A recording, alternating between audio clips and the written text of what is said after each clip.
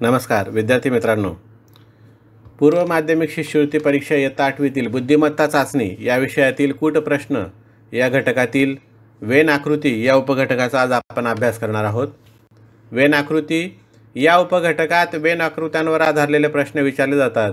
Wien आकृतीत चौरस, आयत, त्रिकोण, वर्तुळ अशा भौमितिक आकृत्या एकमेकांना छेदतात। प्रत्येक भौमितिक आकृती एक विशिष्ट घटक दर्शविते। दोन किंवा अधिक आकृत्या एकमेकांना छेदल्यामुळे जे लहान भाग तयार होतात ते अक्षर किंवा अंकांनी दर्शविलेले असतात। गणितातील प्रश्न व त्याचा आकृतीशी संबंध लक्षात घेऊन दिलेल्या पर्यायातून उत्तर शोधायचे असते। कूट प्रश्नांमुळे विद्यार्थ्यांच्या विचारशक्तीस चालना मिळून निर्णय क्षमता व सुसंगत विचार करण्याची क्षमता वाढीस लागते। वेन आकृतीचा वापर दोन संकल्पनांमधील फरक व समानता दर्शविण्यासाठी केला जातो। वेन आकृत्यांना सेट डायग्राम असं देखील म्हटलं जातं आणि ते सेट थेअरी, तर्कशास्त्र, गणित, संगणक विज्ञान यामध्ये खूप मोठ्या प्रमाणामध्ये वापरले जातात। वेन डायग्राम ही भौमितिक आकृत्यांचा संच आहे आणि हा संच दोन किंवा अधिक घटकांमधील तार्किक संबंध स्पष्ट करण्यास मदत करतो। साधारणपणे वेन आकृतीत संचांमधील संबंध दर्शविण्यासाठी एकमेकांना छेदणारी आणि न छेदणारी वर्तुळे, चौरस, आयत यासारख्या इतर बंद आकृत्या वापरल्या जाऊ शकतात। उदाहरण: वेन आकृती। खालील आकृतीत 12वी नंतर विद्यार्थ्यांनी निवडलेल्या शाखा मेडिकल व इंजिनिअरिंग याची माहिती स्पष्ट केलेली आहे। आकृतीवरून निळा रंग इंजिनिअरिंगकडे जाण्यासाठी उत्सुक विद्यार्थी व दुसरे वर्तुळ मेडिकलकडे जाण्यासाठी उत्सुक विद्यार्थी दर्शवितात।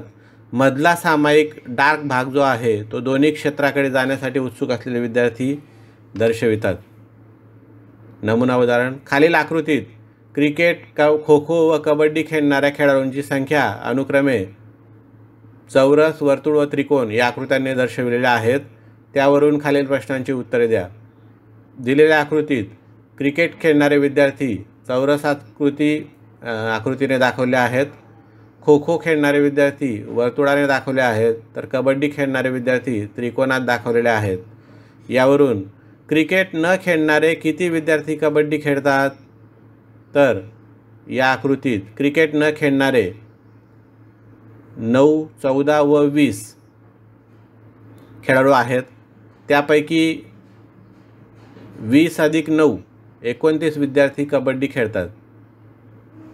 दुसरं, किती खेळाडू फक्त एकच खेळ खेळतात? आकृतीवरून या वेन आकृतीत फक्त क्रिकेट खेळणारे 12, खो-खो खेळणारे 14 व कबड्डी खेळणारे 20 म्हणून असे सर्व एकत्र केल्यास एकच खेळ खेळणारे 46 विद्यार्थी आहेत।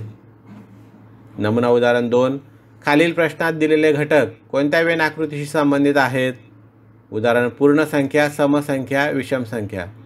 स्पष्टीकरण: या उदाहरणात वेन आकृतीचा विचार केल्यास पूर्ण संख्या संचामध्ये समसंख्या व विषम संख्या या दोन्ही संख्या संचांचा समावेश होतो। म्हणून आकृती क्रमांक 2 मध्ये दाखवल्याप्रमाणे पूर्ण संख्या संच म्हणजे बाहेरील वर्तुळ व समसंख्या व विषम संख्या यांचे 2 वर्तुळं या पूर्ण संख्या संचामध्ये दिलेले दिसतात। म्हणून पर्याय क्रमांक 2 हा दिलेल्या प्रश्नाशी संबंधित वेन आकृती दर्शवेल।